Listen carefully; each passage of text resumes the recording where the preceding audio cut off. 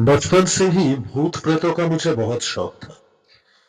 तरह तरीके की भूत प्रेत जादू मंत्र और पिशाचों की कहानी सुनकर ही मैं बड़ा हुआ हूँ। मेरा एक और शौक था कि मैं कभी किसी जिंदा भूत को देख पाऊं, लेकिन ये शौक कभी पूरा हुआ ही नहीं। हालांकि घर में कहते थे कि इन सब बातों को नहीं करना चाहिए कि कभी कभी वो दिखाई भी देते हैं, लेकिन मैं इन बातों को एक मजाक मानता था। लेकिन आज भी अगर सच कहूं तो मुझे भूत प्रेत देखने का बहुत शौक है। लेकिन कुछ साल पहले मेरे साथ जो हुआ था, उसके बाद मैं ये मान चुका हूं कि हमेशा जो चीज हम चाहते हैं उसका ना मिलना ही बेहतर है। करीब 2 साल पहले मैं अपने कंपनी के काम में मनाली गया था, और वहां पे मेरा जो एग्जीक्यूटिव था, वहां पे उनसे मैं इस टॉपिक के बारे में बात कर रहा था। काम खत्म होने के बाद एक दिन उन्होंने मुझे कहा कि हालांकि वो इन सब चीजों पे विश्वास तो करते नहीं, लेकिन मनाली से थोड़ी ही दूर सिसोड़ी नाम का एक जगह है, और वहां पे प्रेत चौक नाम का एक पहाड़ भी है। उस प्रेत चौक में अगर गया तो शायद मुझे उन लोगों का मुलाकात हो भी सकता है। क्या मैं हंसूं या कुछ और करूं, मुझे तब समझ में नहीं आया। लेकिन फिर भी ऐसे बहुत सारे बेट्स तो मैंने कभी लगाए ही थे, तो सोचा क्यों ना एक बार इस जगह को भी देख लिया जाए। कभी मैं सुना कि यहां से मनाली से सिर्फ एक स्टेशन बाद सिसोड़ी है, और वहां से 10 मिनट का रास्ता है प्रेत चोटी तक। उस दिन का काम खत्म करके करीब 4 बजे के मैं रेलवे स्टेशन पहुंचा। रेलवे स्टेशन में पहुंचकर मैंने जैसे सिसोड़ी का टिकट मांगा, तो उस टिकट वाले ने भी कहा कि मैं वहां पे क्यों जा रहा हूं। मैंने कहा कि मैं सिर्फ घूमने जा रहा हूं। वो मन ही मन हंस पड़ा। घूमने के लिए क्या आपको कोई और जगह नहीं मिला? उसने कहा। नहीं, मैंने इसके बारे में सुना था, इसलिए ही मैं जा रहा हूं। देखिए, वहां पे कोई घूमने ऐसे ही नहीं जाता। सच कहिए, क्या आप रेत चोटी की तरफ जा रहे हैं? अम, देखिए, अगर आपको अपने जान का परवाह है तो प्लीज वहां पे मत जाइए। मनाली में बहुत सारे जगह घूमने के लिए हैं, आप वहां पे भी घूम सकते हैं। अब मुझे थोड़ा गुस्सा आया। गुस्से में मैंने कहा कि मुझे कहाँ जाना है, मुझे आपसे जानने की जरूरत नहीं है, प्लीज मुझे ना टिकट दे दीजिए। उसने भी और बात को आगे नहीं बढ़ाकर मुझे टिकट दे दिया। ऐसे ही ट्रेन में बैठकर मैं एक्साइटेड भी था और थोड़ा डरा हुआ भी था। क्या सच में वहां पे भूत प्रेत होते हैं? यही सोचकर आखिरकार मैं सिसोड़ी स्टेशन में पहुंचा। एकदम जमीन से लगवा एक स्टेशन था, बहुत पुराना। कुछ लोग ट्रेन में गए तो सही, लेकिन ट्रेन से उतरा सिर्फ मैं ही था। वहां पे स्टेशन मास्टर को पूछा कि यहाँ से रेत चोटी किधर पड़ेगा। उन्होंने मुझे रास्ता भी बताया, लेकिन कहा कि मुझे वहां पे जाना नहीं चाहिए। क्या बकवास करते हैं ये लोग। आखिरकार मैं चलते चलते रेत चोटी की तरफ पहुंचा। वहां पे सामने में एक बोर्ड दिया हुआ था, आना मना है। क्या आना मना है? बहुत बड़ा एक पहाड़ था वो, लेकिन उस पहाड़ के दूसरी तरफ क्या है मुझे कुछ दिखाई नहीं दिया। अब इतना वक्त तो था नहीं मेरे पास कि मैं उस पहाड़ को चढ़ूं, इसलिए इधर उधर थोड़ा और देखा, और देखते ही देखते 6 भी बज गया। दिन ढल चुका था। थोड़ा थोड़ा डर का आभास हो रहा था मुझे, तो जब वापस लौटना ही सही होगा। और सही सलामत मैं स्टेशन तक भी पहुंचा। आज मुझे ये विश्वास हो गया था कि ये भूत प्रेत वगैरह सच में ही शायद कहानी ही है, सच्चाई से इनका कोई कनेक्शन नहीं। लेकिन मैं बहुत देर तक स्टेशन में बैठा रहा, लेकिन ट्रेन आया ही नहीं। ट्रेन तो मतलब टाइम हो चुका था, लेकिन फिर भी ट्रेन नहीं आया। स्टेशन में कोई नहीं था सिर्फ मुझे छोड़कर।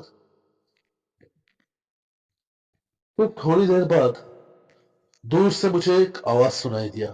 हाँ, एक ट्रेन आ रहा है लेकिन इसका लाइट्स क्यों नहीं जल रहे? चलो मुझे क्या, मुझे तो मेरे मनाली स्टेशन तक बस पहुंचना है। वहीं मैं जैसे ही ट्रेन स्टेशन में आया तो मैं एक चीज देखा कि इस ट्रेन के अंदर का सब कुछ पूरा अंधेरा है। अरे, इस ट्रेन में एक भी लाइट्स नहीं जल रहे, ये कैसे हो सकता है? लेकिन फिर भी मैं उसके आखिरी कंपार्टमेंट में जाकर बैठा। उस आखिरी कंपार्टमेंट में मैं और एक और इंसान बैठा हुआ था, लेकिन वो चादर में मुड़कर एकदम बैठा हुआ था। शायद ठंड की वजह से ऐसे ही ट्रेन चलने लगा। दूर से मुझे वो आदमी कुछ सही नहीं लग रहा था। उसका वहां पे होना मुझे एक अजीब सा एहसास दे रहा था, और वो एहसास कुछ सही नहीं था। मानो कि जैसे कि वो, जो आप समझ रहे हैं हम वही है, ऐसे एक भयानक आवाज में उसने मुझसे कहा। क्या क्या कहना चाहते हैं आप? जो आप समझ रहे हैं, मैं और हम सब वही है। आपको लगता होगा कि मैं डर रहा हूं। नहीं, पर क्या आप मुझे एक बात बताएंगे कि इस ट्रेन के सारे लाइट्स ऑफ क्यों हैं? ये रूहों का ट्रेन है। आपको क्या लगता है उन्हें रोशनी पसंद होगा? क्या बकवास किए जा रहे हैं आप? मैं इन सब बातों में विश्वास नहीं करता। क्यों?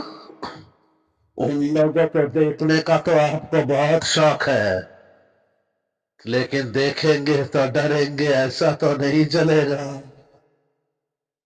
देखिए, आप मुझे डरा नहीं सकते।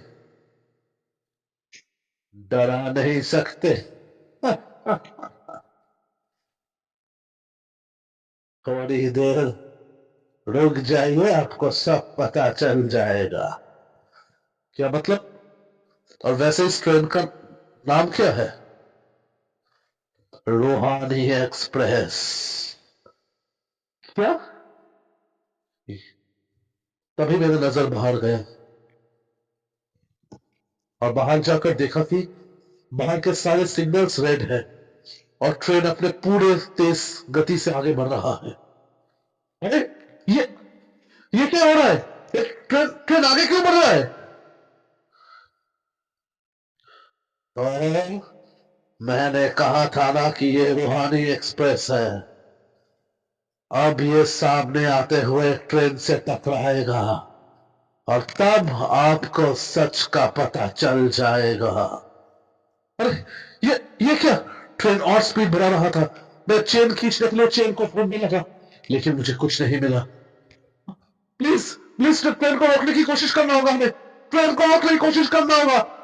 ये ट्रेन अब कहीं नहीं रुकेगा। और सामने मैं देख रहा था कि एक और ट्रेन आ रहा है, और नजदीक, और नजदीक। देखते देखते एक ही दम से धड़ाम, दोनों ट्रेन एक साथ एकदम टकरा गए। और तब एक बार के लिए उस ट्रेन के सारे लाइट्स जल उठे थे, और उन लाइट्स में मैंने जो देखा, मैं सच कह रहा हूं, मेरा दिल एकदम थम सा चुका था। उस ट्रेन में हर जगह लाश और मुर्दों का सेना था। किसी का आंख निकाला हुआ, किसी का सर नहीं था, तो किसी के हाथ पैर टूटे हुए थे, किसी की आंखों से खून आ रहे थे, किसी का शरीर एकदम खून से लथपथ था। मुझे और कुछ याद नहीं कि क्या हुआ। उसके बाद मैं बेहोश हो गया। कब मुझे होश आया मुझे पता नहीं। मैं देखा कि मैं एक हॉस्पिटल में लेटा हुआ हूँ। मेरे पास ही मेरे मनाली का वो एग्जीक्यूटिव खड़ा हुआ था, और उसके साइड में एक नर्स और एक डॉक्टर। मैं कुछ बोलने की स्थिति में था नहीं। उस एग्जीक्यूटिव ने मुझसे पूछा कि मैं कल रात को लौटा नहीं था, इसलिए वो लोग सिसोड़ी में मुझे ढूंढने के लिए आए थे, ऑफिस वाले। लेकिन मैं तो उस ट्रेन में, मैं कुछ बोल नहीं जा रहा था, तभी उन्होंने कहा कि कौन से ट्रेन में? आप तो प्रेत चोटी से फिसल कर नीचे गिर गए थे। एक लक्कड़हारे ने आपको देखा और हमारे लोकल हॉस्पिटल में आपको एडमिट करवाया। क्या? और मैं वहां से नीचे गिरा कब? मुझे तो ठीक से याद है, मैं उस रूहानी ट्रेन में कल बैठा था, और वो डरावना मंजर। लेकिन मेरे बातों का किसने विश्वास नहीं किया। हालांकि उस डॉक्टर ने एक बार कहा कि कुछ कुछ चीजों को जाने बगैर हमें उनकी तरफ जाना नहीं चाहिए। बहुत लोगों ने उस प्रेत चोटी की तरफ ऐसे ऐसे चीजें देखे हैं जो बहुत ही डरावने होते हैं। मैं एक भी वक्त जाया नहीं किया, जल्दी से अपना काम खत्म करके आखिरकार अपने शहर लौट आया।